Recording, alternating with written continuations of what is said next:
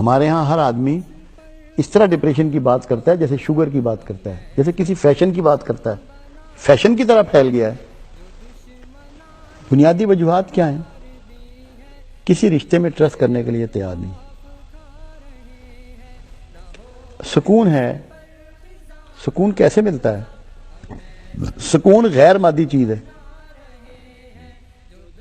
سکون مادی چیز نہیں ہے۔ ہماری ساری کوششیں آرام حاصل کرنے کی ہیں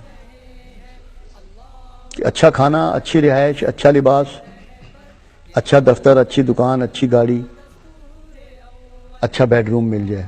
یہ سب آرام کے طریقے ہیں۔ آرام اور سکون دو متضاد چیزیں ہیں۔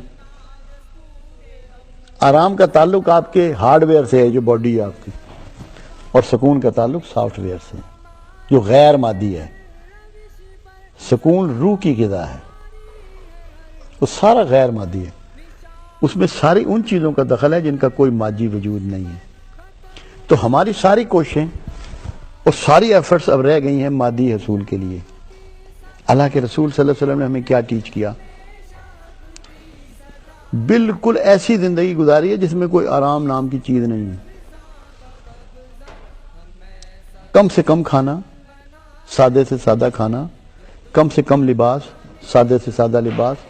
بستر کی بات تو یہاں تک ہے، میں حیران ہوتا ہوں، کبھی سوچتا ہوں ایک دن آپ صبح کو اٹھے اور فرمایا آج میرے بستر کے ساتھ تم لوگوں نے کیا سلوک کیا، مجھے تہجد میں اٹھنے میں مانے ہوا، رکاوٹ بنا۔ یا رسول اللہ صلی اللہ علیہ وسلم، ہم نے تو کچھ بھی نہیں کیا، صرف آپ کے کمبل کی ایک تہہ اور کر دی۔ تو جب بستر کا اتنا آرام بھی قبول نہیں ہے کملی والے کو، تو آپ کو ٹیچنگ کیا دے رہے ہیں کہ سامان تمہارے آرام کے لیے ہے جسمانی، تمہاری روح کے اس کا کوئی تعلق نہیں ہے۔